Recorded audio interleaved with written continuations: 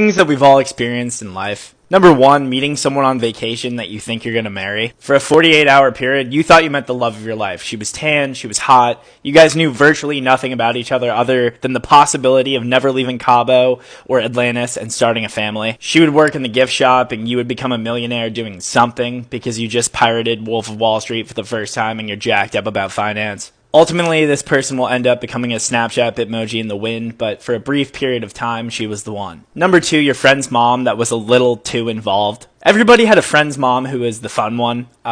She's been divorced several times. She loves the Zac Brown Band. You would throw parties in the basement while she would watch Tucker. At the moment, you thought she was the coolest mom on earth because you guys were ripping Kharkov shots together and you had just gotten your driver's permit. But as you got older, you realized her enthusiasm was a little strange. Number three, the dog video. You know exactly what I'm talking about. The year is 2018 and the most jarring video since footage of September 2001 is spreading across the country at the speed of Plague Inc. Everybody and their mother is claiming this girl went to their rival high school. You start passing dogs in the street and looking at them a little differently. You start questioning your own game a little bit. To be honest, I got myself a female dog because my biggest fear would be my boy achieving something that I couldn't. Number four, your first time watching Always Sunny or The Office. I don't care how old you were or how hesitant you were to start. Once you watched that first episode, you knew you were in for 2 months of emotional bliss. I would Lance Armstrong to see Dwight Schrute piss in that can for the first time or watch Dayman for the first time. Also, every girl likes The Office, but hot girls like Always Sunny. Next up, the decline of Twitter. An app that gave us the comedic genius of Phil Werrell. An app that revolutionized white vans,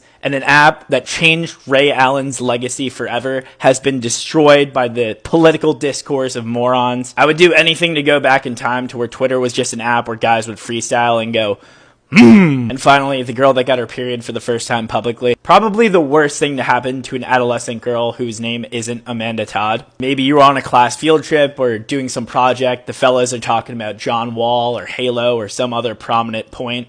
And out of nowhere, this girl wearing white pants gets her dot. Every time I'm talking to a girl on Tinder and she calls me out for using the wrong form of there, I go back to that moment and know it's not that embarrassing. It's important to note that this girl's life isn't over, but much like Pearl Harbor, we will never forget.